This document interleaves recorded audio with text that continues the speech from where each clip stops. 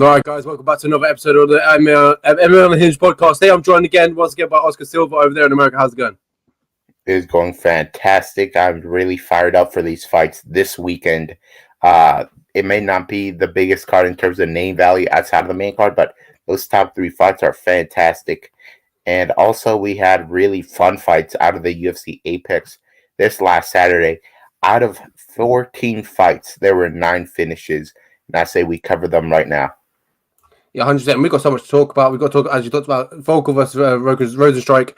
And then we've got a big episode, big thing to talk about at the end of the episode, which is UFC 275. So, as you said, let's get us underway. And we're at the top of the card. Volkov getting it done versus Rosenstrike. I know you've got a lot to say about this one. Yeah, I thought Jairzinho was going to be the one getting the quick KO here against Volkov, but Jairzinho really fought with poor technique and left himself open. I was very impressed by Volkov's punching power in this one. We kind of underrated it, but this time around, it turned into a brawl, and brawls usually are 50-50, and that's what happened here. Volkov touched up Jairzinho, hurt him bad, and Herb Dean had no choice but to wave it off. I actually thought the stoppage wasn't bad because Jairzinho was not properly defending himself, and I think he probably would have gotten knocked out with a head kick had he not been saved by Herb. Really impressive by Volkov because, as I said, he fought a guy who tends to thrive in a brawl, and he was the one knocking the other guy out in Jairzinho. So Volkov kind of saved himself from being viewed as this heavily declining fighter. Yeah, 100%. I thought it was a fantastic fight for Volkov because, as we talked about in the previous show, there was no threat of a takedown from Jairzinho Rosenstrike. So Volkov had, a fresh mindset. He had way to a path to victory, and his preferred path to victory, which is standing and striking. So, and as I talked about, he had no threat of a takedown coming towards him from Jairzinho Rosenstrike. And let's be honest, Rosenstrike was never going to shoot for a takedown, never going to threaten with it either. So. I think Volkov had full confidence and he was just flowing, and that's what we saw. And as you said, he went into the firing line with Jairzinho Rosenstrike, and not many people come off better. And I think that the lengthiness and the range of Volkov was just the massive factor in this fight. I just felt like Rosenstrike couldn't get in to really touch that chin, and Volkov was just as I talked about, too long and too lengthy, and he was just catching him at the end of his punches, and that's how he got him. And obviously the first round, it was a crazy first round, and as you talked about the stoppage. I do agree with the stoppage. I think it was at first. I thought it was a little bit early, and I was thinking, it's a main event, big heavyweight main event. Let them go a little bit longer. But then I thought to myself, if it goes a little bit longer, Jairzinho Rosenstrike is probably going to get knocked out even worse. Yeah, that's what I see there. As I said, I also thought it was a bit early to begin with, but Jairzinho, what he got up and he walked off. He gave his back to Volkov. I think on his way up, he would have been hit with a big old head kick or something. Because Volkov is ruthless. If you saw the Derek Lewis fight, it's kind of a similar thing as what was happening. He was really putting the beating on Jairzinho. Jairzinho was looking for a way out there. And I see that that's just what happened there. Jairzinho is now in a very tough stretch in his career. He doesn't have a lot of MMA experience, which is weird because, the guy's got a lot of quality wins. But yeah, he's definitely got to work on a lot of things here. And I feel bad for him because the whole MMA community was telling this guy, pull the trigger. You got to let your hands go. And that's what he did here. He did what everybody wanted him to do, and he paid for it. And that's just the MMA game for you. You zig when you should have zagged. And in this one, he probably should have been a little more conservative, maybe let Volkov open himself up more. But I said on the preview show that I thought Volkov was only going to win by decision. But that's because I thought Jairzinho would be a little more tentative. This time around, he went firing bombs right at the breaks. So, yeah, that's something you really can't predict here. Jairzinho finally did what we thought he wouldn't do, and he paid for it. It's a tough game.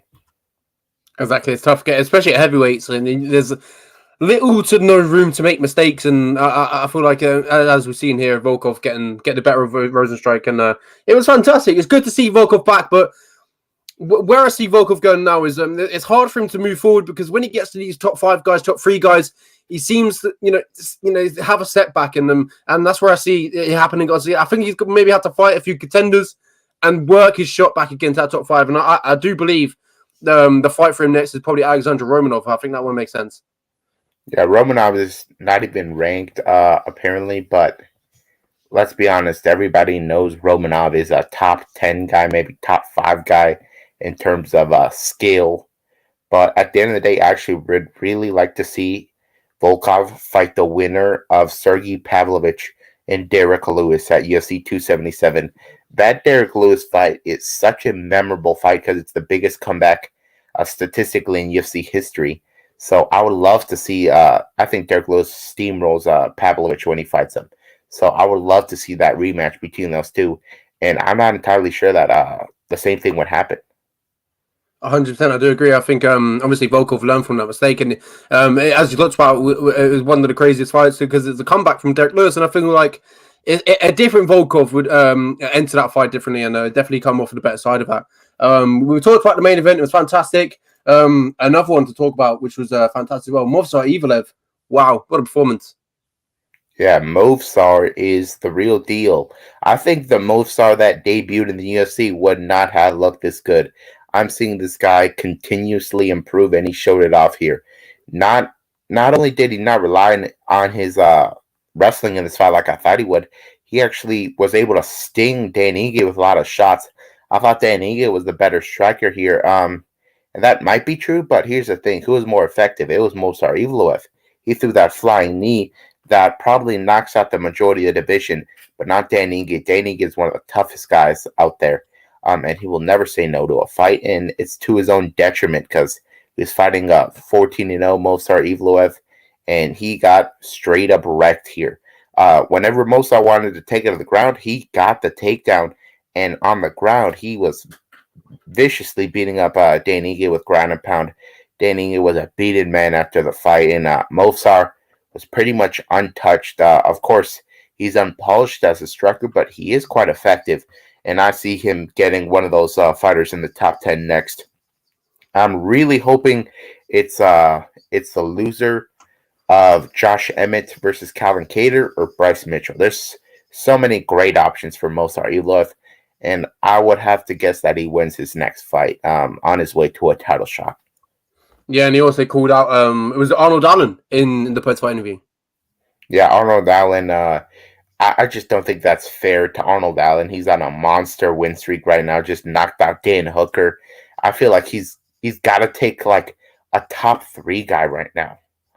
I really think he has to stop settling for less and finally just get that one fight that will guarantee a title shot next. Yeah, and Arnold Allen was he came on Twitter after that fight, and he said I think he put a South Korean or Korean excuse me to the South Koreans, but he put a Korean flag. And he said, surely next. So he wants TKZ. So that's what I think makes sense. Everybody and their mother in this featherweight division wants the Korean Zombie right now because of the state he appears to be in. Something tells me Giga Chikadze will be the guy getting that fight when the UFC returns to Seoul, South Korea. I would love to see that fight. Nonetheless, this featherweight division is so exciting, and Movsar Evloev is 100% a player. The next fight was Michael Trezano versus Lucas Almeida. I was super confident all week in Michael Trezano. I just felt he was the much more proven fighter. He won the Ultimate Fighter. He has a win over Bryce Mitchell in that house. And he was fighting Lucas Almeida, who couldn't even make it past the Contender Series. Against Daniel Zellhuber, he got outpointed. But Dana White saw something in him, and Dana White's eyes did not lie to him. This guy is a heavy hitter, super aggressive, and he's got real heart. In that first round, Trezano dropped him, and instead of letting him back up, he went right back to the ground, and that might have cost him this fight. In the second round, Trezano's got big confidence in his hands. He knows he can hurt Lucas, so he goes into the pocket, and he's the one getting dropped this time. And they follow, and then Lucas follows him to the ground and gets control time. And then the third round was the same thing, except this time Michael Trezano actually got put away. And Lucas, you could see the emotion on his face that this meant a lot to him because after you use the Contender Series, I'm sure there's major doubts. And now I definitely think he's a guy that you can match him up with almost anybody right now in the division, and he'll give him a real fight. 100%, and I do agree. And we both talked about Lucas, Mike Gisano coming to this fight, and we both agreed that he's had better pedigree, better experience, and for the better fighters. And then Lucas Almeida, he talked about had that stumble, had that setback on the contender series, but he came back and Dana White, as you talked about, surely saw something in him, and I feel like on this night we saw something in Lucas Almeida that proved to the fans that he is deserved to be where he is in the UFC, and it was a fantastic fight. Against Mike, as he talked about, Mike Gisano is a tough veteran, a tough fighter, fantastic striking, ground game. Almeida, the ground game, looked good, but obviously talked about the striking. It was wild on the feet for the first round, and the second and third round, Almeida was doing well. It was more technical, and he got that finish in the third round. So it was good. It was a good showing, a good debut. But getting dropped in that first round was probably, probably not what he wanted. But he came back and got the job done. I think the next fight for Almeida is Derek Minner. We don't know much about Almeida's ground game, and Minner would certainly test it. And most likely, Minner probably gets touched on the chin and topples over, but that would be a fun striker versus grappler matchup. We'll move on to the next fight. Korean Killer Silva submitted Poliana Batejo in the first round with a Darce choke. Only the second Darce choke in women's UFC history. And this was a very impressive one. Korean Silva, she took her time in this fight just like she did in the Contender Series. Batejo was outstriking her early, but that really didn't matter because Korean Silva was setting up a big overhand right, and she landed it, dropped Batejo, but in the process, she went and got a takedown, and Batejo on her way up, she got caught in the spot position, and Korean Silva slatched on that Darce choke end. Batejo, even though there was only like 15 seconds left, it was super tight, and Batejo had a tap. And Korean Silva has a 100% finish rate in the UFC. That's super. And across her whole career, I think it's like 12 fights now. That's very rare for the women's divisions. And I think that's what's gonna make her stand out in her future fights. 100%, I do agree, and this is a good debut, a good showing. Getting another a first round armbar. We predicted this, I believe so. Anyway, did you go with Poliana? I thought it was going to be a decision for Korean Silva. I thought Patel was tough to finish, but no, Silva's the real deal. Yeah, exactly. She's the real deal. It was an impressive show and getting the first round arm against Poliana. Impressive stuff for your debut. I'm excited to see where she goes from here. The ground game looks seriously legit, so I feel like she can, really trouble them, the girls at the top of the division. Yeah, I think the next fight for her should be Shanna Young. Shanna Young, of course, is pretty well-rounded. I think Silva steamrolls her, but it's somebody with UFC experience. And it's just another name on the resume for Silva. I think Silva, she's still young. I think there's going to be a ranking in her future. 100%, I do agree. We'll move on to swiftly to the next fight, which was Odi Osbourne. And this was this week's Toji Soda fight, I believe.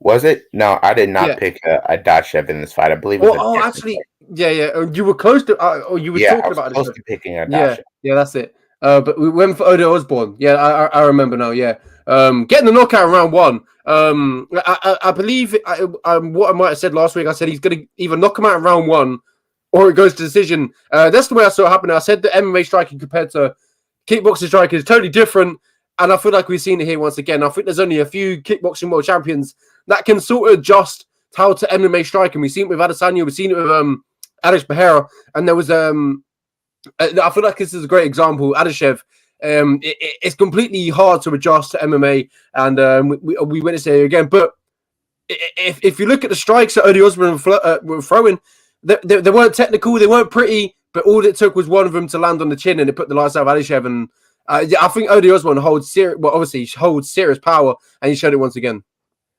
Yeah, the thing with Adashev is he's not that great defensively, and his chin is pretty awful. And in this fight, it was plainly obvious that he needs to adjust his style, and Ode made him pay for it. Ode is a very explosive guy, really good athlete, and as soon as he touched him on the chin, it was lights out, and that's pretty rare at flyweight. Ode is definitely a player. The guy was striking competitively with Medal Kopp, and He's done this to Jerome Rivera before. I think O'Day is only evolving right now as a striker, and he needs to stay at flyweight because at bantamweight could not beat Brian Kelleher. But at flyweight, he really stands out. And I really like what's in his future, and probably Jeff Molina would be the guy in his future. That's a good point. I like that. A lot of people have called out Jeff Molina actually this week. Mohammed Mokeev has called Jeff Molina, so Jeff Molina is a target at the moment. It must be nice to be. But yeah, moving on swiftly to the next fight. As you see here, Alonzo Menifield getting the knockout in round 1 against Asma Makarov. Oh my god, I'm so bad at his name. Mozharov. That's what I'm going with. Yeah, so we covered this fight early in fight week. And the story evolved into something that I've never seen in MMA. Askar Mozharov is a fraud in every sense of the word. The guy has fought under 3 different names, and he has 3 different records. The guy is literally the worst sore loser in the history of MMA. The guy lied about 7 of his wins. His record at the beginning of fight week was, I believe it was 25 and 7. 25 and 8. Yeah. And he ended up having a record of 19 and 12 because the guy cannot take a loss. And he actually lied about having an 8-second bare knuckle boxing KO. The guy's a straight up liar and a fraud.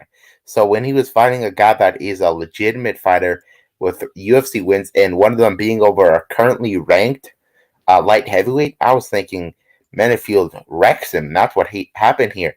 Menifield actually took a really smart approach to this fight. He said that he realized this guy cannot grapple, and he took him down the first time around, just held on to him. Mozharov got up. Mozharov threw crazy strikes, no respect for the takedown offense, and that's what happened there. Menifield got him down. This time, he went to crucifix and put the lights out on Askar Mozharov. I really think Mozharov should be cut for what he pulled there, straight up the line in the UFC. He either gets cut or he gets really awful matchups. I think he probably gets awful matchups. So really good on Menifield for really taking out the trash here. 100%, I do agree. As you talked about, disrespectful as well to the UFC. Lying about the record, and but justice was served at the end of it. He got beaten for Alonzo Menifield, and Alonzo Menifield was an absolute savage. And him after the post-fight interview, and he's staring down the camera, and he's looking all. I don't know what to call it, but he just looked like he was in the mode. He was activated, and it was crazy. It's a good knockout, and it's good to see him, as I talked about, get back to finishing ways. Lasted a few wins, lasted a few fights, gone to decision. So it's good to see him get back to finishing ways. What I believe I said would happen as well last week. So they call me Mystic Len. Yeah, I really thought Menifield would destroy him early, and that's what he did here. That's just Mozharov's style. The prelims now were very fascinating, and this was the feel-good moment of the afternoon here in the U.S. Karolina Kowalkiewicz was an underdog on a 5-fight losing streak versus Felice Herrig. This was actually the last fighter she had beaten prior to that 5-fight losing streak. And they had Karolina as an underdog. I could not understand it all week. Karolina, one of my most confident picks on the whole card, was an underdog. I didn't get it at all. I thought Felice Herrig's best shot was getting an armbar like Penne did, but as we saw in this fight, Karolina is a better grappler. She was literally better everywhere. In the first fight, she dominated her with striking. Herrig also, before this fight, said that this was probably her last fight, and she didn't really care about winning. So after that, the line really went nearly in Kowalkiewicz's favor, and rightfully so. Kowalkiewicz wanted this win very bad. So bad, she changed her entire life, moved to ATT for 2 months, and she looked significantly better. She had the great Pahumpa in her corner, really good BJJ coach. The guy got like 4 wins on this night, and one of them was helping Karolina Kowalkiewicz properly apply a rear naked choke. That lets you know that the guy, even with a very limited grappler with Karolina, he still coached her to get a submission. And that's what she did. Even if she didn't get the submission, it looked like she was about to pound out Felice Herrig. very impressed by Carolina. She's now added new wrinkles to her game, and it's only going to help her out. And I don't see her going on a huge losing streak again training at ATT. 100%, I do agree, and I just talked about a fantastic move, training with a former foe with Joanna Jędrzejczyk. I feel like it's and she credited Joanna Jędrzejczyk in the post in a post-fight interview, saying how she helped her get back on track, and it's good to see that sort of stuff. And Joanna Jędrzejczyk, returns to the octagon this week against Weili Zhang. So there's hope her time away. She looks better than ever. So as you talked about, a feel good move for Karolina Kowalkiewicz, and it was a fantastic win, a good submission, and get back to winning ways. And obviously, congrats on Felice Herrig. It was a fantastic career. But yeah, moving on swiftly to the next prelim. Joe Solecki versus Alex De Silva. This was a really good fight. Yeah, this was a very fun fight. I actually thought Joe Solecki would out-grapple him, get a quick submission. That just wasn't the deal here. Alex De Silva is a significantly better striker, so much so that he dropped Joe in the first round and stayed on top the whole round. You could argue it was a 10-8, but the second round, that was a 10-8, and that really confused me, because that first round, if that wasn't a 10-8, how was the second round a 10-8? Because in the second round, Joe Solecki gets a lot of control time, doesn't really do damage. Sure, he tries to go for submissions, but no official submission attempts, so I was very confused with the scoring of the 10-8 there. And one thing here that was evident throughout the fight is that fence grabs do not matter to referees. I think Alex De Silva touched that fence like 12 times, and on the 12th time, that's when the referee Chris Tagnoni decided to take away a point. And that's what caused the draw in my eyes. I thought this fight was a draw, but I believe it was Saul D'Amato. He scored second round for Joe Solecki at 10-8, I believe. That's what caused Joe to win the fight. And I just didn't see it. I thought there was a clear draw. Joe Solecki won that second round 10-9, and with the point deduction, it's a 10-8. And obviously, De Silva won round 1, and he obviously won round 3. Round 3 was mainly on the feet, and obviously De Silva was doing the better work. So, in my eyes, it was a draw. Joe Solecki kind of got hooked up here by the judges. Joe Solecki, he's got stuff to work on. It's pretty obvious, and De Silva should not be really ashamed. But then again, you should probably know the rules. 100%, I do agree. Joe Solecki, I was talked about getting another win under his belt. The grappling we talked about was massive. We talked massively about his grappling last week. And I feel like we showed what showed here is Alex De Silva is not too bad of a grappler himself. Yeah. As I said, the guy out-grappled Brad Riddell in the first round, out-wrestled him. Brad Riddell's become a really solid wrestler since then. So De Silva, I think he'll stick around the UFC for a while. Got a lot of experience. And if they ever run this back, I'll pick him to win against Joe Solecki. We'll move on to the next fight. Damon Jackson, the biggest favorite on the card, fought Dan Argueta, the Ultimate Fighter 29 alum, and my goodness, Damon Jackson, he looked really good early, but that third round was so dicey. In round 1, he took the back the whole round. Easy round of score for Damon Jackson. Sure, Argueta landed some strikes to Damon Jackson, but nothing huge. It did bust up his eye, but besides that, Damon Jackson was super dominant.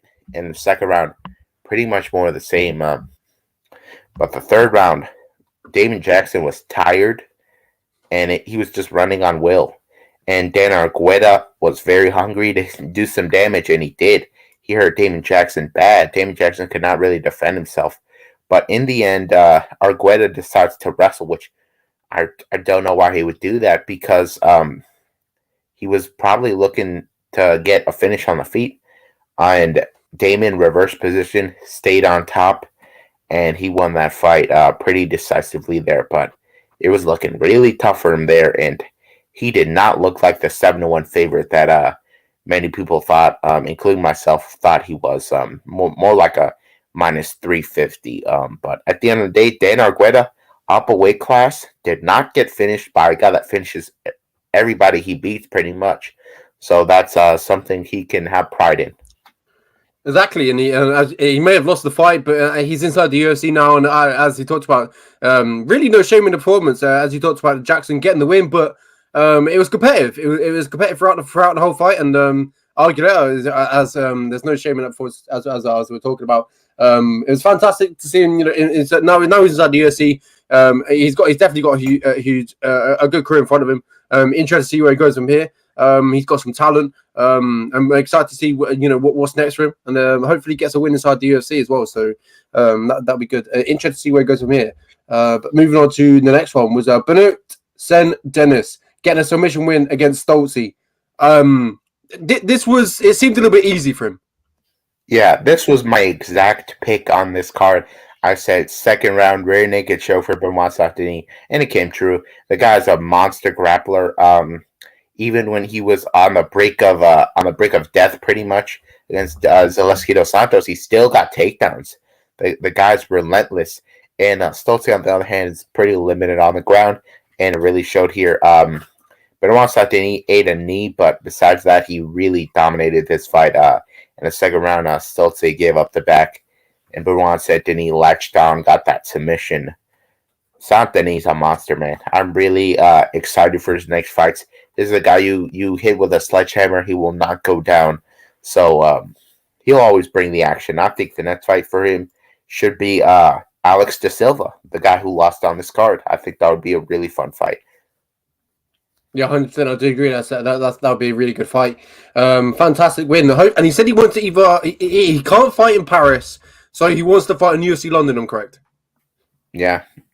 Whenever he wants to fight, I would love to see him fight. It appears he recovered pretty well from the beating he took back in October of last year. So I'm very excited to see him fight next. We'll move on to the next fight. It was Johnny Munoz versus Tony Gravely. And this was a really shocking finish here for Gravely. We know Gravely is super dangerous early, but Munoz never been knocked out before, never really showed a bad chin. But Tony Gravely has got real power. He connected with an uppercut and put the lights on Johnny Munoz. Super quick finish. And Gravely is now looking like he's improving more and more. You said that Munoz might have some tricks for him on the ground. It really didn't matter because when Munoz tried to take it there, Gravely connected and put him out. Gravely, I would like to see him get a step up in competition because he's beating these lower level guys viciously. I think the next fight for him should be Davy Grant. I mean, that's a fantastic fight. Both got heavy hands, and obviously Tony Gravely got that that wrestling threat. So it's a fantastic fight. I'd definitely like to see it. And as you talked about, Tony Gravely, a fantastic show and fantastic showcase against, as you talked about, Johnny Munoz, who's never really showed the capability of getting knocked out. And Tony Gravely had gave him no chance of even recovering. It was a fantastic shot. Put him away early, and there's not too much to say about this, but his striking's looking good for a wrestler. His striking's looking pinpoint. Yeah, I agree with you there. We'll move on to the next fight, probably the most controversial fight of the night. Jeff Molina defeated Shalgas Shumagulov via split decision. I think this was the told you so far of the week. I believe, I'm not too sure. I might have went with Zumagulov, or I'm not sure. Yeah, but nonetheless, I know. I picked Renat, and then did you pick Mihalaitis? No, I picked Renat as well. Okay, not sure where it was, but this was a very close and competitive fight. This is a fight where the judges once again rewarded the striker over the grappler, and I thought the judges were wrong there. I felt like Jalgas was actually doing solid work with his grappling, was not just holding him.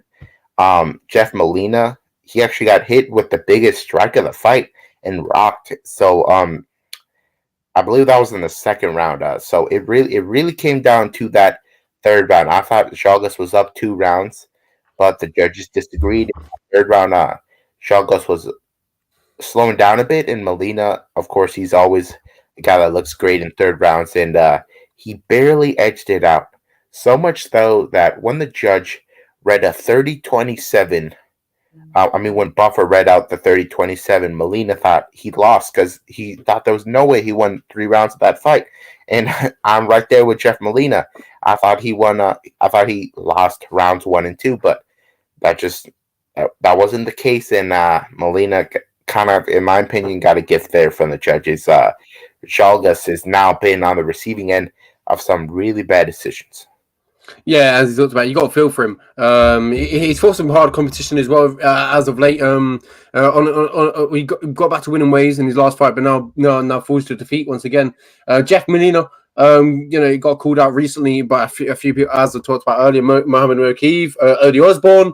So maybe the justice might come back to beat him in the arse. Yeah, I think Molina is a guy that's very young, and I thought he would hit his head on the ceiling here with his Jalgas, who used to be ranked, but that wasn't the case. Jeff Molina is still improving, but I think when he fights a better grappler like a Mokaev, he probably will lose there. So Molina still has to improve. We'll talk about the next fight. Somebody who's wrestling does not really need to improve. Renat Fakhretdinov. My goodness. On this show, I said he was mainly a striker, and that's true, but the guy still can wrestle like a beast, man. He fought Andres Mihalaitis, who has a win over a guy who's 1 fight away from fighting for the belt. I mean, he won a round off of him. Mihalaitis is not a bad grappler, black belt in jiu-jitsu, but Renat made him look like a really bad grappler, and he really tired him out with his pace on the ground. Renat pretty much dominated this fight with his wrestling, a whole lot of mat returns. Took the back, basically got the classic Dagestani handcuff with the riding on top, landing ground and pound. Just dominant performance by Renat Fakhretdinov. And this guy was moving down a welterweight, and I think he should stay here. I think he can outmuscle a lot of guys in this division. Yeah, we talked last week that don't expect too much from him. We might talk about his performance next week, where it might not be as good as before, and I feel like he over what's the word I'm looking at? Come on, help me out, Oscar. Eric Spicely? No, he over. No.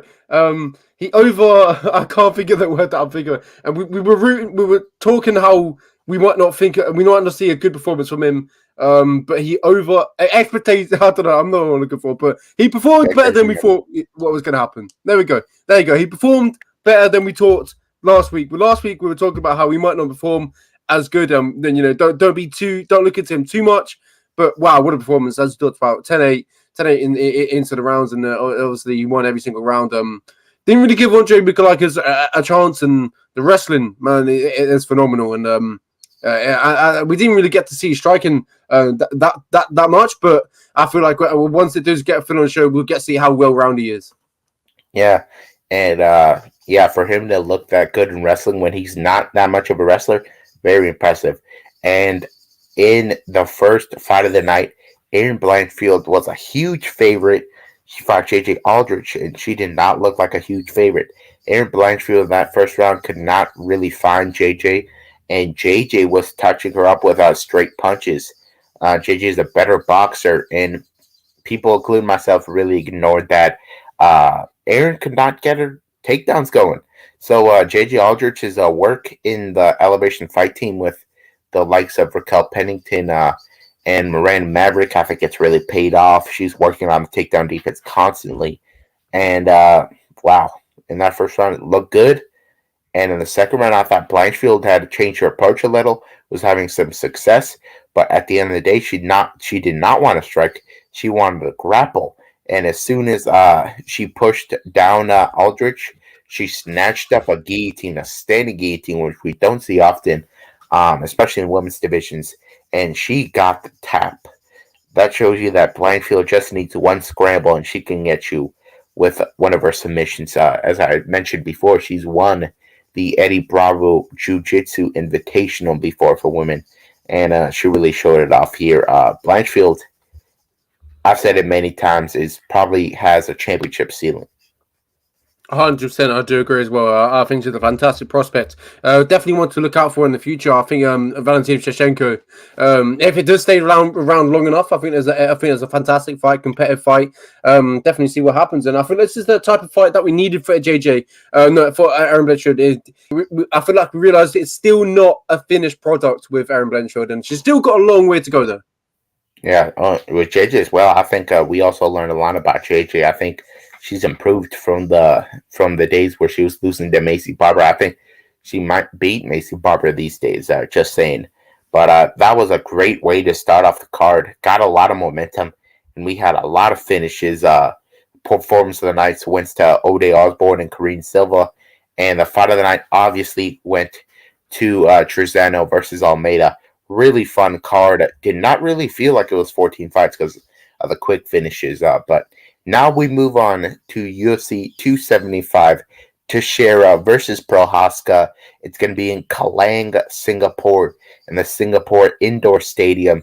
And I cannot wait for it. These top three fights are mega fights. We have two title fights in the rematch of the greatest women's fight of all time. And outside of those fights, we have a lot of Asian talent, and they get to fight in Singapore. So it's going to be a very interesting scene. These fighters are actually going to be fighting like at 3 a.m. So that's interesting. But yeah, it's going to be a very interesting crowd. I really think that this main event will deliver. There's no possibility of Teixeira versus Prohaska being a boring fight. It cannot happen. And I say we dive right into it, man. The main event is Glover Teixeira defending the light heavyweight championship against the guy on a 13-fight win streak, with 12 of them being by KO, Yuri Prohaska. There's so much excitement surrounding this fight because Glover Teixeira is the oldest first-time champion in UFC history. He's 42. In his last fight, he fought Jan Blachowicz. Blachowicz was a big favorite, and what happens out there is he beat the crap out of Jan Blachowicz. He takes him down, wears him out, and then he rocks him on the feet, takes him down again, and Blachowicz wants a way out, and he gets the tap. And a lot of people see Glover as a vulnerable champion, and that's really the truth. I think Glover Teixeira is the Charles Oliveira of the 205 division. This guy gets rocked in pretty much every fight, but he's a comeback guy. He'll get you right down, and he'll instill his will on you, either with ground and pound or with a submission. And also, he's making a career comeback like Charles Oliveira. So, Glover Teixeira is a guy you do not want to count out at 42. He's been the underdog constantly, and he's come through even though he's faced adversity. Before the Jan Blachowicz fight, he fought Thiago Santos. Thiago Santos dropped him, was on his way to finishing him, but it didn't matter because Glover Teixeira took him to the ground, pounded him out, and Thiago eventually gave up his back. When he fought Anthony Smith looked fantastic, but he got tired, and then Glover Teixeira put one of the worst beatings in UFC history on him. Glover Teixeira is just an absolute warrior, and the big knock on Glover for a while was his chin. He got knocked out by Anthony Johnson in like 20 seconds. He got knocked out by Alexander Gustafsson in the 5th round of their fight. And that was a big knock on him. But here's the thing. He's fighting Yuri Prohaska. Yuri Prohaska is just like the guys that Glover has beat. This guy's a wild man, super aggressive. And when you're super aggressive, you leave those openings for Glover to do his work. Glover Teixeira will probably get dropped in this fight. He'll probably get hurt big time. But Glover Teixeira, this is nothing new to him. He will get rocked. I think he could even lose a 10-8 in the first round, but Year will slow down a little bit, and Glover, just one takedown. Glover will get the full mount. And here's the thing with Glover. He's a nightmare in the full mount because he's got really heavy hips, and he's got vicious ground and pound. And the big factor in this fight on how Glover wins is, will Yuri give up his back? And I think he will. Glover will hit him with such big ground pound that Yuri will give up his back and lose via rear naked choke in the second round. I'm calling another Glover win as an underdog. Do not count him out just yet.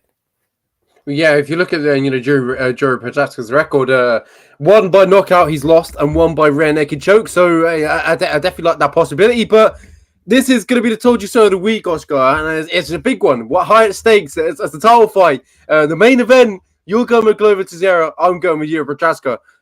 You talked about how Glover can survive, and I just sense a different aura of Yuri Prochazka. I see that there's something different. There's something about him that I like. He has that killer instinct. We talk about in the last fight against Dominic Reyes, that spinning elbow. We talked about the flying knees of Yuri Prochazka. He likes to throw them. And then we've seen Glover Teixeira clipped in the past with the knees, and it's definitely a possibility. I see Glover Teixeira getting clipped early on, obviously really hurt, and then recovering at the end of the round. And then I think in the round 2, I think we'll see him get put out cold against, as we've seen against Anthony Rumble Johnson. And I just see there's something different about Yuri Prochazka. I think he's the new wave.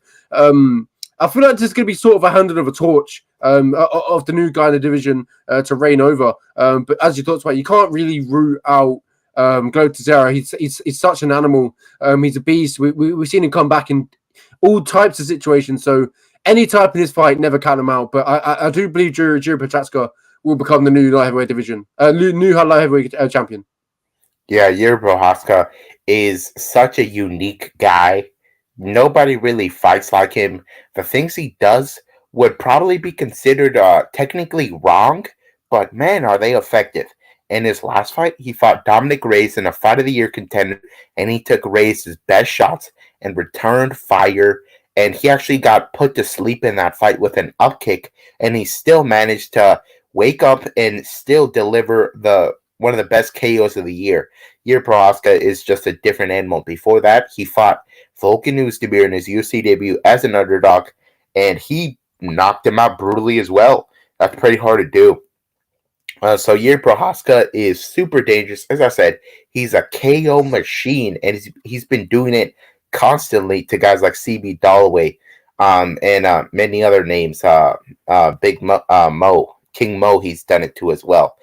So Yuri has experience against some good names, but Glover Teixeira is easily the best fighter he's fought, and by a country mile, the best grappler he's fought. The jiu-jitsu is just such a big advantage for Glover Teixeira, and don't get me wrong, Yuri Prochazka just has that kind of style that I don't think Glover has seen before, and I really think he will hurt Glover big time, but it's all about, does Glover survive? But one possibility that does run through my mind a lot, Yuri has knocked guys out with flying knees in the first round in his last couple fights, and Glover has been knocked out with uppercuts twice before. So we could really see some crazy flying knee from Yuri Prochazka here. But I just really see Yuri Prochazka just having too many holes defensively and allowing Glover to take this fight to the ground.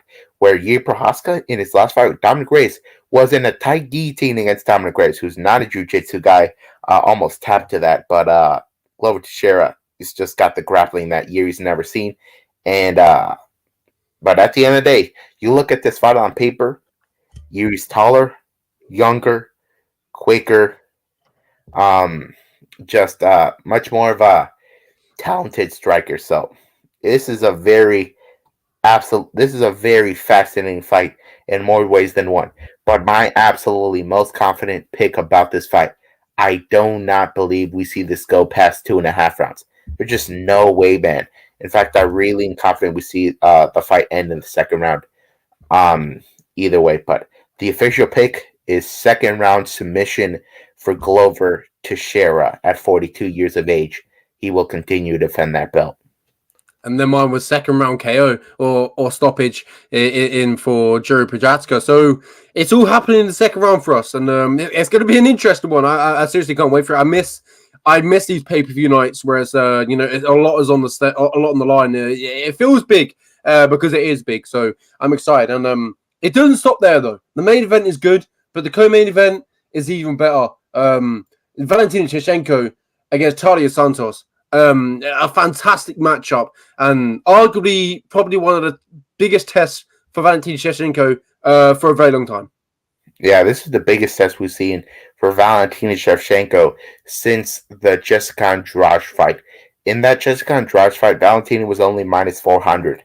and that's in her last fight before Andrade. She was minus 2,500 versus Jennifer Maia. The odds on Valentina Shevchenko have been huge, and for good reason. She gets the job done if the name across her is not Amanda Nunes. So in this fight against Talia Santos, of course she's gonna win. It's all about how does she win now. But here's the thing: at the end of the day, Santos will give her a fight. In fact, Santos has the potential to win a round off of her, and that's a big deal.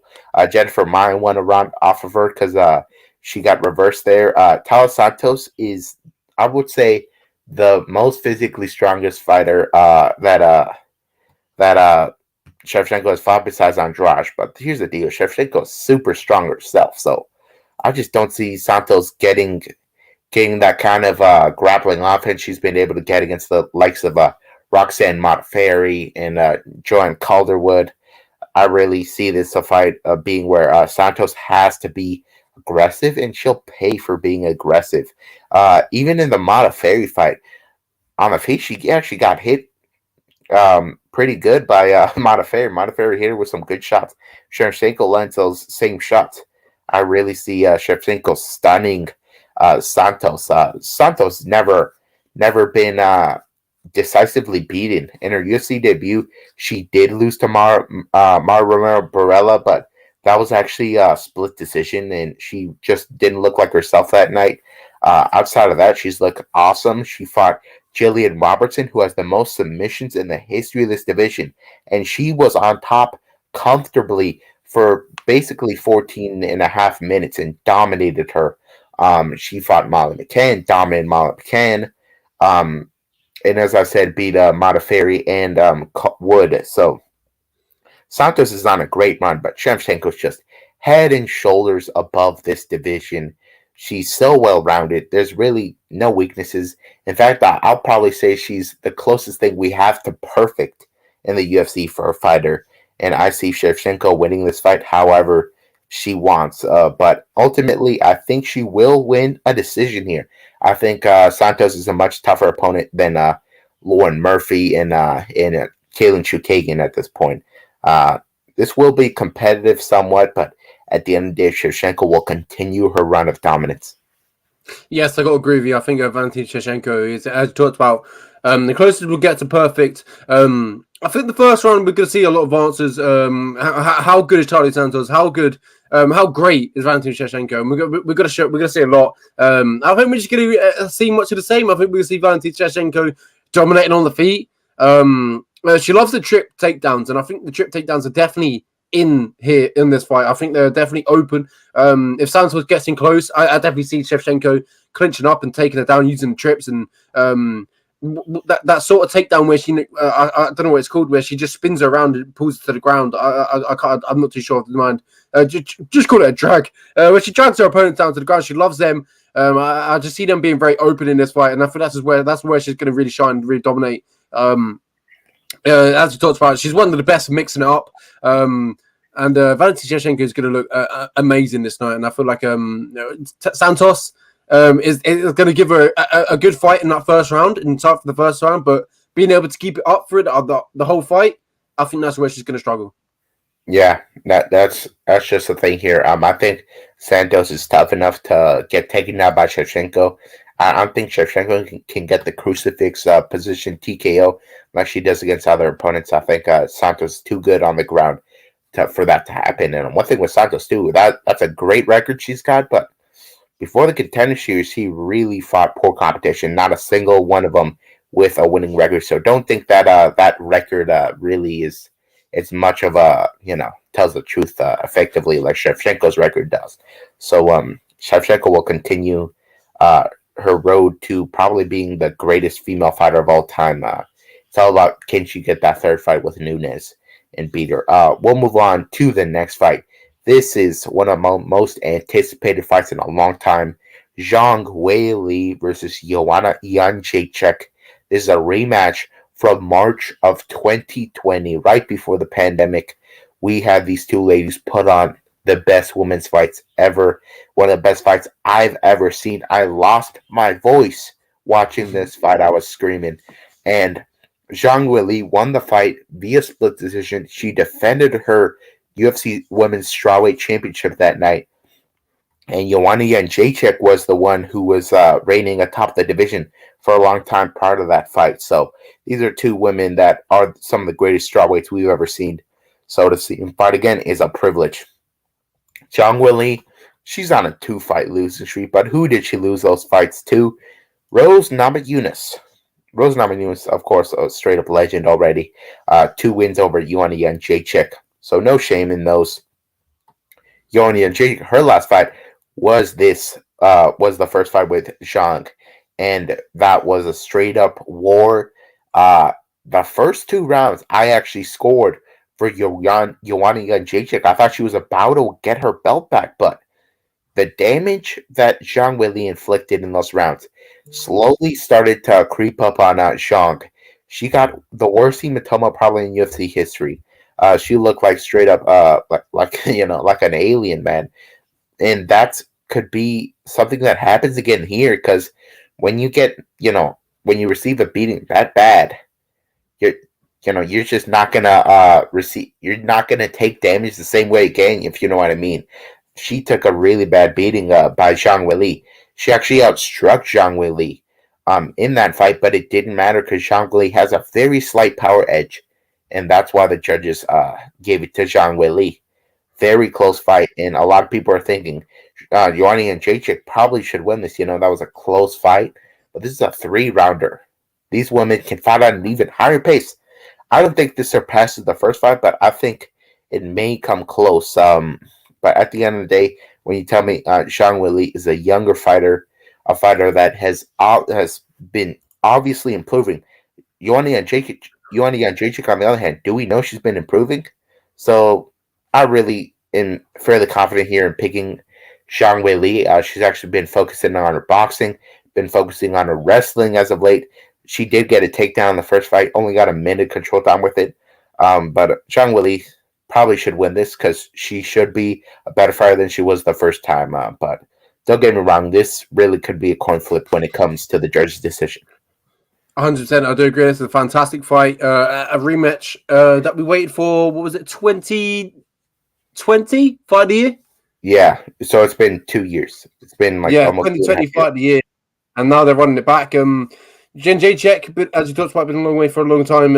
If you watch the countdown, talks about where she'd been gone, setting up loads of businesses, sorting out her personal life, just living life, and having a good time. And with Zhang Weili, what was she doing? She was winning belts. She was defending belts.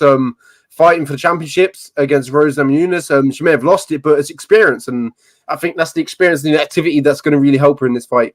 I know if we talk about experience, what name a better person than Jędrzejczyk to have experience in, but I feel like experience as of late and activity, Zhang Weili has obviously been in the octagon much more recently than Jędrzejczyk, so I think that's going to play a factor. I think the first round, Jędrzejczyk is going to have a little bit of ring rust, obviously, be a little bit discombobulated, but I think Zhang Weili is eventually going to find her feet. She's going to win this fight. As we talked about the grappling as well, the grappling under Henry Cejudo, she's got much better. As you talked about her striking as well, if you watch the countdown, she went over to Phuket, Thailand. I can't remember the gym that she trained at. It wasn't Tiger Muay Thai, it was another one. So it was another gym, yeah. Yeah, so she's working and striking. She's doing everything necessary to become to better herself, and I do believe we're going to see another better Weili. As she said on the countdown as well, Weili 3.0, and I do believe that. I think we're going to see a better Weili Zhang in this fight, and I think it's going to go to decision, and I'm going to root for Zhang Weili. I think she gets it done. Yeah, Zhang Weili is just too good to lose 3 in a row, if you know what I mean. I actually thought she won the fight against Rose Namajunas the second time around, for what that's worth. But one thing to factor in here that cannot be ignored, Joanna Jędrzejczyk took a life-changing beating at the hands of Zhang Weili in the last fight. We have no idea how her durability has been since then. We know Zhang Weili's durability probably isn't what it used to be. She got knocked out in a minute and a half by Rose, so you have to factor that in. Joanna Jędrzejczyk, she got knocked out by Rose Namajunas when they first fought, so maybe Joanna Jędrzejczyk, his durability is not what it is, and we know darn well with rematches, they usually don't go the same way. So if the first one went to a decision, we might just see a crazy finish by Zhang Weili in this one. So very, very intriguing fight. One of the best women's fights ever on paper right now. I cannot wait to see it. Probably the fight of the night right there. In fact, I see a double fight of the night happening on this card. The main event gets fight of the night, and that one gets fight of the night. That's what I see happening. We'll move on to the next fight, a flyweight fight featuring Rogerio Bontorin versus Manel Kape. I really love this one. This is probably more of a striker versus a grappler matchup. Rogerio Bontorin, in his last fight, he fought, I believe it was, Brandon Royval, and that was a super close fight because Rogerio on the feet, he was doing good work, but he took it to the ground, and on the ground, he really was inactive, and Royval was the one doing more off of his back, so the fight was scored for Royval, but very close fight there. That fight is kind of irrelevant to this one because Manel Kape will be giving him some major problems on the feet here. If you want to compare this fight to another one, Rogerio Bontorin versus Kai Kara-France. In that first round, Bontorin rocks Kai Kara-France, takes him down, takes the back. He's on the verge of submitting Kai Kara-France, but Kai Kara-France survives the storm. He gets up to his feet, and the first punch he lands drops Bontorin right on his head, and the fight is over. And I see the similar thing happening with Manel Kape here. Manel Kape, in his first couple fights, he didn't look like the rising champion we knew. The guy was very timid. He was very worried about what his opponent was doing. And he got kind of screwed by the judges in the, the Mateus Nicolau fight. Kind of got screwed there. But in the first fight, he decisively lost to Pantoja, who was just a little inactive. And I think if he let his hands go, he really could have gotten a knockout in both fights. So he decided to finally let his hands go against Ode Osborne. He gets that first round flying knee KO. And then he fights, Zhalgas Zhumagulov. And in that fight, Zhalgas never been knocked out before. He knocks out Zhalgas Zhumagulov. So Manel Kape, it's not that he didn't have the power to put those first two opponents away. It's just he needed to let those hands go and have confidence. And now he's got the confidence. He's riding a win streak. And he's fighting Bontorin, who has been knocked out before. Manel Kape on the ground is no slouch, man. I know he's been submitted, but those were really good BJJ guys. And his wrestling is really good. Of course, he used to train at AKA. Now he trains more at Extreme Couture. I think Manel Kape should be getting himself a first-round KO here. He's got all that confidence. He'll sit down on those punches. I see one of them sitting down Bontorin and putting him away. Bontorin is a guy that cuts a lot of weight. In fact, when he fought Matt Schnell, it was up at bantamweight, and he still missed weight. The guy's a real tank of a man, and I think that really costs him constantly. Even if we don't see an early finish, if the guy gets tired, Kape has got a solid gas tank. So Kape should win via KO. I'll say first round. Yeah, I've got to agree. I think Manel Kape gets this one done, and as you talked about, the matchup perfectly, a relatable matchup. Stylistically, Bontorin versus Kai Kara-France is very similar, and I feel like we're going to see a very similar outcome. And I think Manel Kape gets this one. As you talked about inside round one, I think he's going to knock him out. He's going to hurt him. Maybe a scare as well. What we'll see, but I think it's going to look fairly. I think it's going to be fairly one-sided, and I think Manel Kape's going to clip him early, put him out, and I think it's going to be a three-fight winning streak. And Manel Kape, I think he's going to, I know in the last two fights he showed, what he's made of, but I feel like this is the one where we get realized, he's real deal. He's the rising champion. The guy who got put into an alternate spot, and he hadn't even fought inside the UFC before. So it just shows how UFC. How much the UFC rated him, and I feel like we're really going to see it again on Saturday night against Rogerio Bontorin. His probably, if he does win, it'll be the best win up to date inside the UFC, and then he'll move up in the rankings. And Manel Kape, he's got some power in the hands, and then we're going to see it again on Saturday night. So I can't wait. Yeah, we'll move on to the next fight: Jack Della Maddalena versus Ramazan Emeev. This is a very intriguing fight because we got Jack Della Maddalena, who is 1-0 in the UFC. He got the contract on the Contender Series, beating Andre Lusa, who's now in the UFC. Madalena has looked phenomenal in his last couple fights. He fought Pete Rodriguez, who was 4-0. He knocks him out with a counter left hook in the first round, and my goodness, he just looked so good. That boxing was so clean. It wasn't like he was overextended on anything. And Pete had never been knocked out, so for him to do that to Pete was really impressive. And then the Andre Lusa fight, he just pieced up Andre Lusa in that fight, and he survived that arm triangle submission attempt in that fight. Before that, he's on an 11-fight win streak. Wait, no, he's on like a 9-fight win streak. He actually lost his first 2 pro fights, and after that, he made the commitment to just becoming better, and it's really paid off. I think this guy is a guy that once he gets his grappling up to par, he really could pose some problems for some people. But against Ramazan Ameev, people have finally woken up about who Ameev really is. Ameev used to be a guy that was a huge favorite, like 3-1 favorite against pretty much everybody that he was fighting. But after a while, people just aren't buying it anymore with Ameev. Ameev is always in close fights, and those are fights that he's expected to win like 70% of the time, and he's just not looking like it. And his last fight against Danny Roberts, he lost a split decision. I thought he won the fight, but Danny Roberts at the end of the day was the guy doing a little more damage on the feet, so it caused him there. And Danny Roberts is not some outstanding defensive grappler, so for him to lose that fight, it really shows you he's not that special, I would say. And then he fought David Zawada. That was a split decision as well. Zawada is not even in the promotion anymore. The Stolze fight he won, but that was close as well. Then he lost to Anthony Rocco Martin, who's not in the UFC anymore. I'm just not overly impressed with his work. I would say, in my personal opinion, his most impressive win was not even in the UFC. It was the first round KO over Albert Duraev, who was a middleweight. But besides that, not overly impressive. Madalena on the other hand, very impressive. Madalena's defensive grappling here is going to be the real question heading in.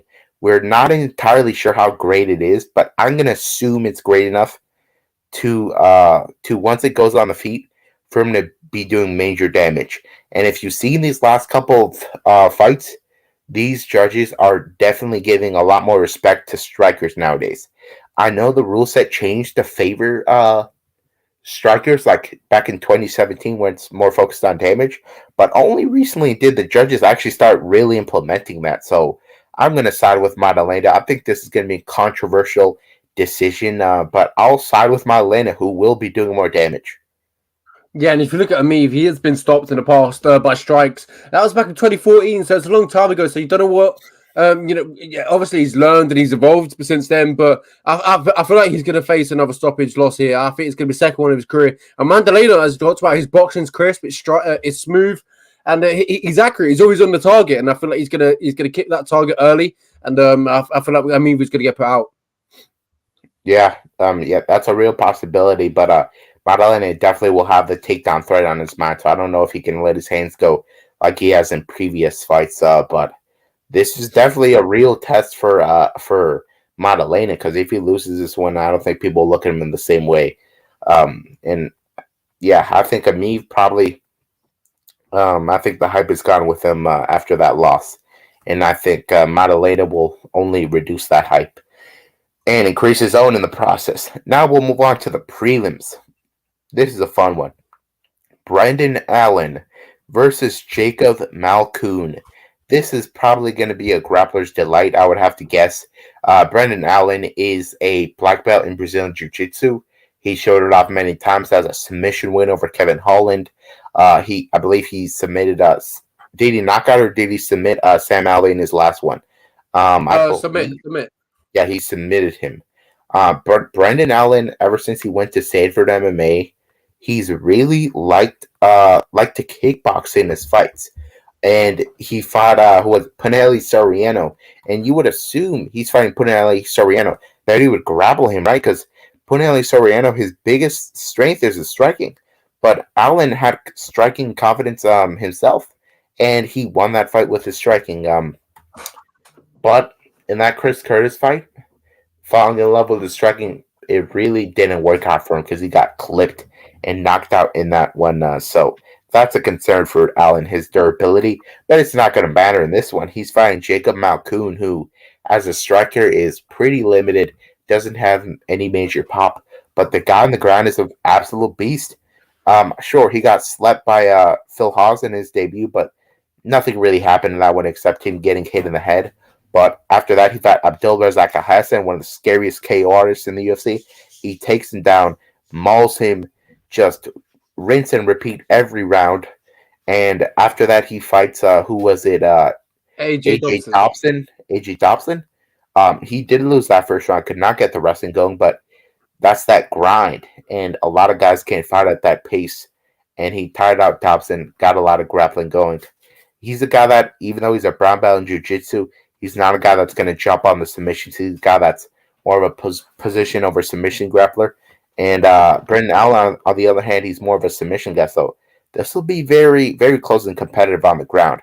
Allen, if I were Allen, I probably would just look to defend takedowns and not strike this guy because he can obviously do it. But I do see Malkoun getting a takedown here. And it's all about, can he stay on top, or will Allen sweep him and look to get a submission here? I don't see either guy submitting the other because they're pretty high BJJ guys. But I will pick Allen to win a decision. But he should not be minus 275. This will be a close one. But I will side with Allen to win by decision. Yeah, this is a really close fight, as you were talking about. Allen, bit of up and down roller coaster as of late. Losing to, obviously Sean Strickland, losing to Chris Curtis, and eventually getting back to winning ways against Sam Alvey, and I believe he stepped in a short notice as well. So it was a smart short notice stepping fight for him. Got the job done, submitted in round one, and now he's in a fight against Jacob Malkoun, who's a fantastic grappler. You talked about, been knocked out in the past against Phil Hawes, but does Brendan Allen really carry that power to trouble Jacob Malkoun? I believe not. Does Jacob Malkoun carry the power to trouble Brendan Allen? I believe not. So this one's going to go to the scorecards, and I think it's going to see just each other cancel each other out. Grappling wise, it wouldn't surprise me to see Malkoun get the better of Allen on the grappling, but then the striking, I believe Allen's obviously the better striker. That's where I feel that Allen's going to have the better success, is when he is striking. And I think he's just going to do enough to keep this one on the feet, and he's going to outland him, outstrike him, just outwork him on the feet. And I think he's going to go to the scorecards, and I believe it might be close on the scorecards as well. I feel like this one we might look at where it could go either way. Yeah, I agree with you there. We'll move on to the next fight. Sung Woo Choi versus Josh Kulabau. Sung Woo Choi is a guy coming off a loss to Julian Erosa, I believe it was. And Alex Caceres. Caceres, yeah. Yeah, that was Alex Caceres. That was a real shame because the guy dropped. Alex Caceres was landing the finishing blows to finish the fight. But for some reason, the guy didn't know the skill set and the rule set, and he goes for an illegal knee, lands the illegal knee. Caceres is given the time to recover, and after that, Woo Choi had an adrenaline dump. He gets his back taken and submitted. That was a real shame because I thought he was about to win that fight via knockout. Didn't work out for him, but before that, he fought Julian Erosa, and he slapped him in a minute 37. Before that, he beat Youssef Zalal and Suman Mokhtarian in the UFC. And that was after losses to Tucker and Evloyev, who were really good grapplers. But against Josh Kulabau, I don't think we'll see a lot of grappling offense from Kulabau. So I think we'll see these guys strike. And if you look at these guys on paper, I really think that that Sung Woo Choi has fought the better guys, and the real size advantage for him here should play a factor. He's taller. He's got a 1.5 inch reach advantage here, and he does strike at a higher output. So I really think that Sung Woo Choi will be the guy landing the better shots, the cleaner shots, and I really think he's got a power edge here. I think he'll win a decision, but this is going to be close. This is a striking match. But I just don't think Culibao is on the Sungwoo Choi level yet. I think Choi's one of those guys that's been on the outskirts of the top 15.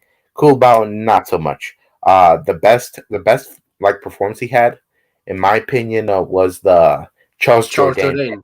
He Yeah. drops him in the first round, but after that, he really slowed down, and Charles Jourdain really wrecked him later in that fight. Outside of that, he beat who was it, Nodi and Becca, and that was a fight where he was fighting a guy who's not that good of a striker. So he's fighting a good striker. So I think he'll lose this fight via decision, but it should be a fun striking fight. Yeah, and the striker with power in his hands, as you talked about, knock out Julian Erosa. Joshua has been knocked out, has been finished in the past. That was against Jane Turner. So maybe he's going to seek the same fate this week. And I think Sung Woo Choi is going to be able to. I get confusing names. Sung Woo Choi is going to find that chin early. As you thought, he knocked out Julian Erosa. He's got some power in his hands, and I think he's going to clip him early, and I think he's going to put out Joshua. Wow, that would be really something for Sung Choi. He definitely needs to get a win after that upsetting performance in that last fight. But I will side with Sung Choi by decision. Move on to the next fight. We have Steve Garcia coming back to fight Hayasar Mahashate. I'll just go with Mahashate. The guy is he's a brawler in his Contender Series fight. He fought a guy that he was actually the underdog against. And coming into that fight, there was literally zero tape on Mahashate. The commentators only went off what the coaches revealed about the guy. So we really didn't know what it was made of. And we found out that the guy has a granite chin. He fought Achilles Estradura, and in that fight, he really got hit a lot, but at the end of the day, he really weathered that storm, and he was firing back bombs, and he hurt his opponent multiple times, but his opponent was very tough as well. So it went to decision, and he was the guy that got the clear decision there. But you really can't do that against Steve Garcia, because Steve Garcia, he's got power of his own, and he's a much better fighter than Estradura, and he's a good wrestler. When he fought Charlie Ontiveros, he got dropped 3 times in that first round. But after that, he got a takedown and destroyed him with ground and pound. I scored that as basically like a 10-10. Both guys had done so much damage to each other. It was hard to see who had really done more. In that second round, he obviously gets the TKO with ground and pound. And I think we could see something similar here. Mahashate will overextend on those punches, will leave openings for Garcia to get his grappling going, and I think he probably should showcase his superior grappling in this one. Mahashate, we know very little about the guy. We do know he's a brawler. He's got heavy hands, got a good chin, but on the grappling, we just don't know what he's made of there. So I'll assume Garcia can really wreck him on the ground. Yeah, 100%. It's a fantastic fight, a close one. Another close one on the prelims. If you look at all these fights, they're very close. Another one that we have ones here. And I got groovy. I think Steve Garcia is going to get the better of. You pronounce his name. If you can't pronounce his name, I have absolutely no chance. I'm going to go Mahashate. I believe. You're on mute.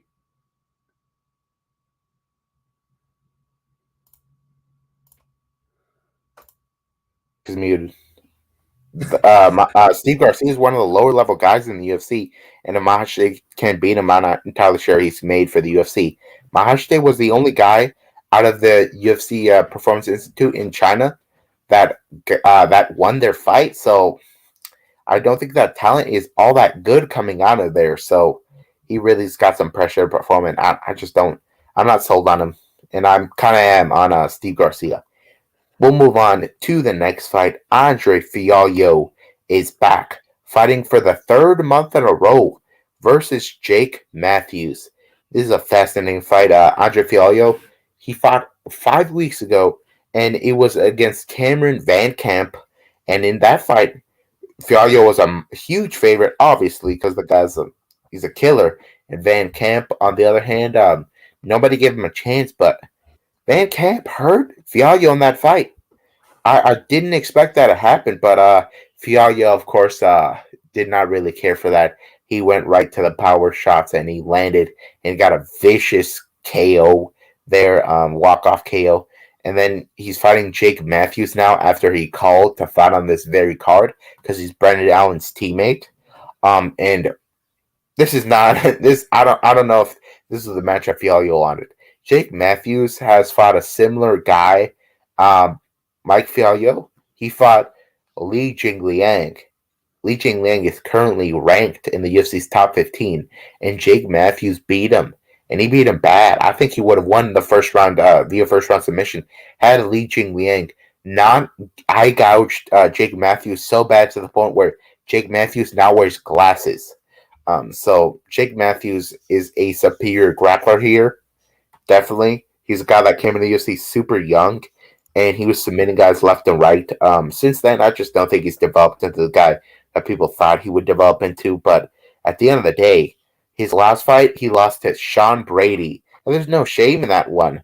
And I actually thought he was getting the better of Sean Brady here and there on the feet. I know Fialho probably cracks Jake Matthews with a good shot, but I don't think it'll matter because I think Jake Matthews will get takedowns. He might have to try multiple times, but eventually he'll get him down.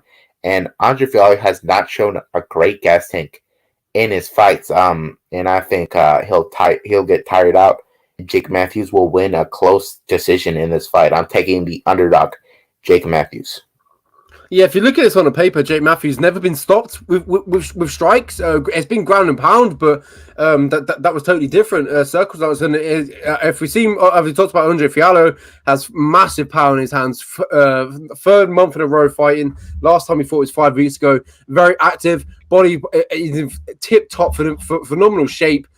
He just loves to fight, and that's when you get a dangerous fighter. Is one that who loves to fight. Does it for the passion and for the drive. Andre Fialho is a fantastic fighter. He has heavy hands, and I feel this is going to be a totally different fight for him. Though Jake Matthews, obviously no disrespect to Andre Fialho's last competition, but I feel like it's still another step up, and I feel like it's going to be maybe a little bit too much. I would call it short notice, but maybe too much on short notice. Maybe a full camp would have been better for Andre Fialho. A full 8-week, 9-week camp would have been better for him to really have a game plan. I know they're going to have a game plan, but it's probably not going to be as well structured as you would get with an 8-week camp. And I feel like you might pay a price, but there was one thing with Andre Fialho, you're getting power and you're getting bombs. And if one connects, it would very well be the end of the night for Jake Matthews. But there's nothing that is indicating for me in the past with Jake Matthews that I'm going to see him get knocked out cold. I'm gonna believe that he takes this one. Obviously, we've seen his grappling in the past. He has struggled with his grappling as well. He's been submitted a few times. Do I see that Andre Fialho being able to submit him, have that threat? I'm not. I don't think so. I'm not too sure unless he clubs him and subs him. That's the only way I see it going. But I think Jake Matthews holds the edge. But only a little bit. This is a very close fight on the prelims. And I think it's a little bit disrespected as well to be on the prelims. Yeah, I kind of agree with you. Yeah, I think this should be the prelim headliner, maybe. But if you look at the guys that Matthews has lost to in the UFC, mainly grapplers. Sean Brady lost via arm triangle.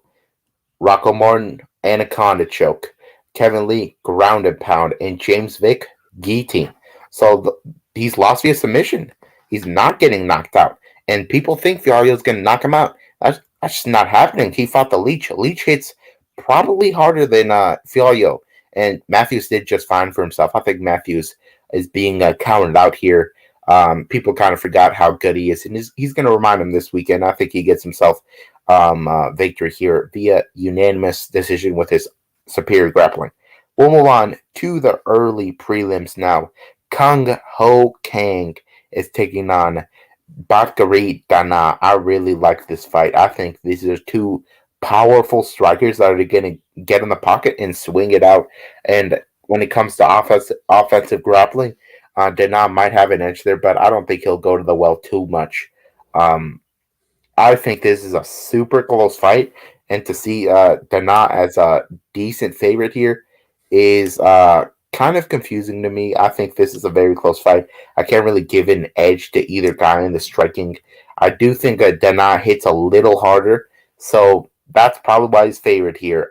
But Dana Bakary, he did lose to Haley Alatang in his UFC debut, and I think I'm okay in terms of striking is a little better. So this is a very tough one to pick.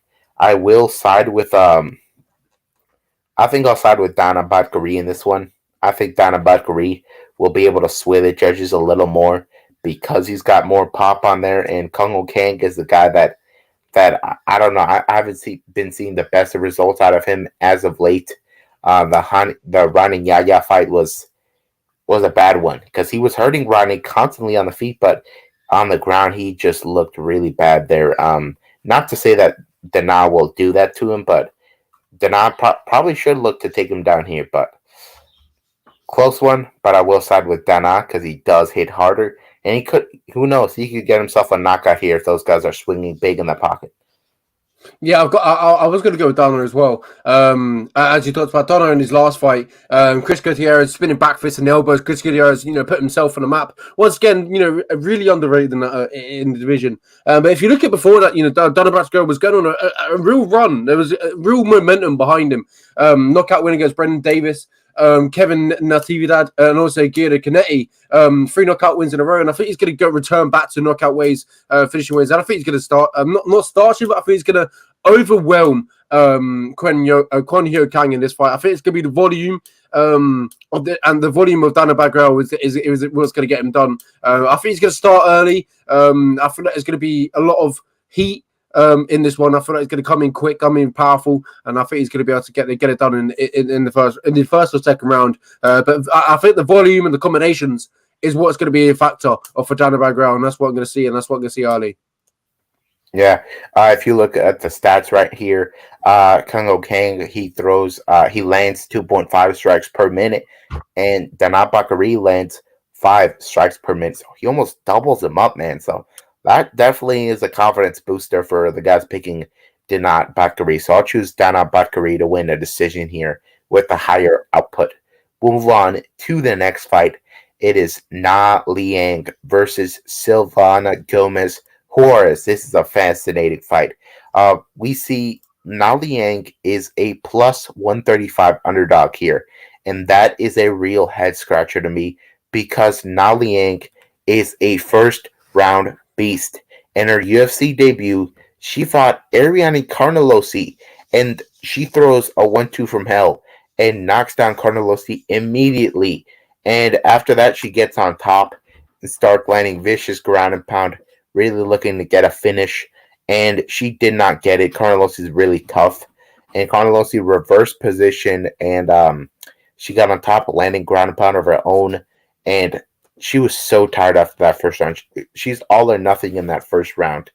And after that first round, Song Yudong had to carry her over to the stool, which is illegal, but whatever. The fight was really good. In the second round, she's got basically nothing, gets taken down, and eventually she gets finished via ground and pound. That was kind of a bad look, but hey, she got a knockdown, and she was doing some good work on top. And Carnelosi is a much better BJJ player than Gomez Juarez. So I don't think Gomez Juarez survives that flurry from Na Liang. Na Liang is, as I said, she's got good arm bars. And Silvana Gomez Juarez, in her last 2 fights, how did she lose? She lost via first round armbar. In her last fight, she fought Vanessa Demopoulos. She scored a knockdown. The lights were out on Vanessa Demopoulos. Demopoulos has admitted this. She did not know where she was. And with her muscle memory of armbar application, she gets an armbar. That shows you how poor the armbar defense for Gomez Juarez is. It looks like she's mainly training boxing out there at the Entram gym. And then before that, she fought Lupi Godinez. And Godinez got an armbar from almost like the crucifix position. It's a really bad look for Gomez Juarez to be armbarred that easily. And Na Liang, that's just her specialty. So I think Na Liang gets herself a first round armbar. I'll even give you the specific submission. I'm just so confident in it. When you can't defend armbars against a girl who's just woken up from getting knocked out, I don't think you can defend the armbar from Na Liang. Yeah, this one's definitely going to get finished. If you look at the records, Silvina Gomez Suarez has only been to 3 decisions in her fight, and if you look at Na Liang, she's only been to 1. She won Yeah. decision in a whole career. Most of them by submission, a few KOs, ground and pounds, but yeah, this one's going to get finished, and I do agree with you. I think Na Liang has all the makings, all the ability to get this one done. As you talked about, Juarez getting submitted by armbar in the last 2 fights, and if you just look at that record of Na Liang, armbar first round, armbar first round, armbar first round, it just goes on and on and on. So I think the the pudding's in the pot here, and I think we're going to see Na Liang round 1 get an armbar. That's the logical option. But this is women's MMA. We don't know what can happen. Yeah, and not to mention Na Liang, she actually has fought like pretty high level competition outside of the UFC for a couple of fights. She fought Maria Agapova, who's in the UFC. She got knocked out at the very end of that first round. She fought Juliana Velasquez, the former Bellator champion, and she got armbar in the second round. She fought Lilia Shakirova, a former UFC talent, and she lost the decision there. I'm not going to say she's high level at all, but at the end of the day, I really think that the submission defense is a huge hole for Gomez Juarez. So even if we see Gomez Juarez land a knockout, I'm not sure if Fight IQ is good enough to let her know not to follow her down to the ground and get on board. So yeah, that's my pick here. Na Liang first round submission. 100%. Let's move on to the first fight of the evening. An exciting one. Jocelyn Edwards returns back to the octagon against Pascual. We talked about this one before we went on air. I'm starting with Jocelyn Edwards, but I believe you're starting with Pascual in this one. We've seen Edwards when she burst onto the UFC against, was it Yanon Wu? I remember being crazy over her because her striking was so good, how technical she is. But we've seen in her recent fights, her grappling and her defense is not so good. Yeah, it's just with Jocelyn Edwards. I don't know what to think of her quite yet in terms of a whole product, because we know on the feet she's good. She's got really stinging shots. When she fought Jessica Rose Clark has a kickboxing background, and in that fight she wanted nothing to do with her on the feet. She actually said she had like nightmares about getting knocked out by her. So on the feet, she was getting stung constantly. And Rose Clark took the smart road to victory, and she got takedowns in every round. And Edward was unable to get up in any of those rounds, and she was actually quite happy to play off her back. And when no separation was created by Rose Clark, Edwards had nowhere to go. And Ramona Pascual, she's somebody that trains out of Syndicate MMA with a good coach in John Wood. I think they're going to tell her to go for takedowns here, and I think she can get them here. And what's a real factor here is this is a fight that's happening at featherweight, and we know for a fact that Jocelyn Edwards is not a featherweight. Ramona Pascual, on the other hand, I think she's definitely much more of a natural featherweight. In her last fight against Josiane Nunes, that was a featherweight fight.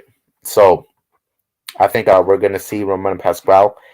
Sure, she probably gets stung here and there on the feet, but when she gets takedowns, she's a bigger girl than Jessica Rose Clark. Rose Clark used to fight at flyweight.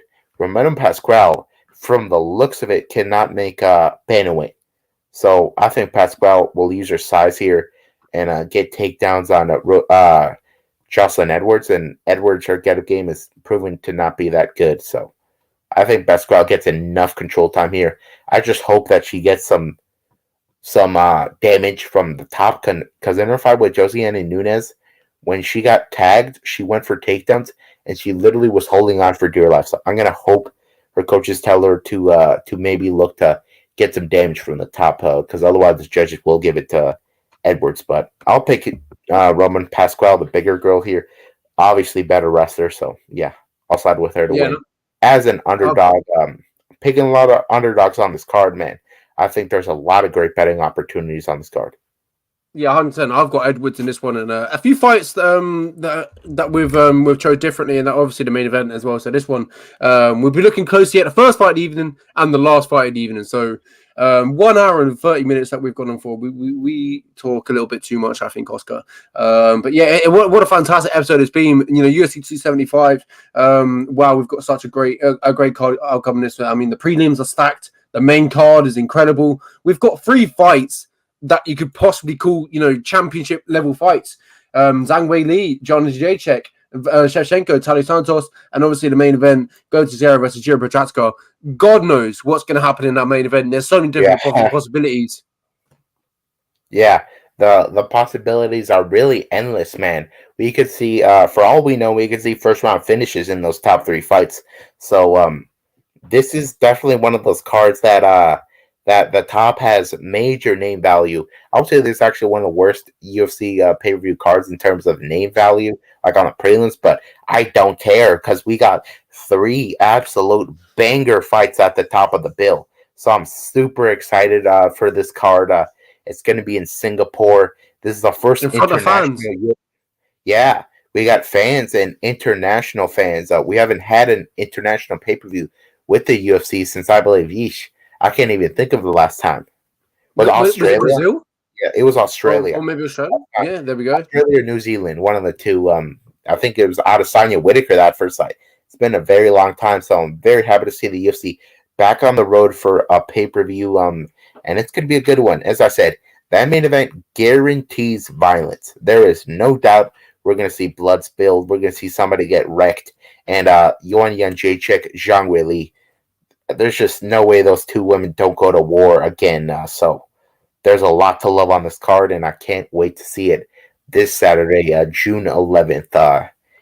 It's going to be in Singapore, and the next week, the UFC will be in Austin, Texas, and the headliner is Calvin Kattar versus Josh Emmett. That card is fantastic. And then just quickly before we let them go, Silva slips. Oh, Silva slips. So I'm going to say the under 2.5 in the main event, Teixeira versus Prochazka. I'm also going to say, throw Na Liang in there. Also, what I really like is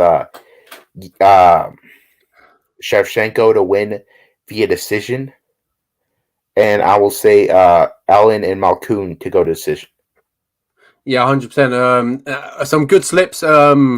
Oscar's very good at his silver slips. Definitely, obviously, pay attention to him. I seen that you will with a podcast with Cheddar. Is it Cheddar Bets? Yeah, Cheddar Betters. Yes, on Instagram. Follow him. He's exactly a very profitable bettor. He's on a very good run right now. Yeah, you talk to me how good he is, and you talk to me how he follows the line from start to finish. Oh yeah, this guy. He gets updates on his phone whenever the line moves, and he'll jump on it right away. If you want to know what his most confident bets were this last week, I believe it was. I don't want to get this wrong, but I think it was man, I'm blanking on it right now, but I believe it was like Volkov and Ode Osborne were his 2 locks. Like, he was very confident on those 2, so make sure to follow him on Instagram. But that about wraps up the show. We have UFC 275 Teixeira versus Prochazka coming up this week, and it's bound to deliver. Yeah, exactly. Thank you all for listening, and we'll see you this time next week, where we're going to talk about and break it down and talk about all the events that happen. So thank you very much for joining us.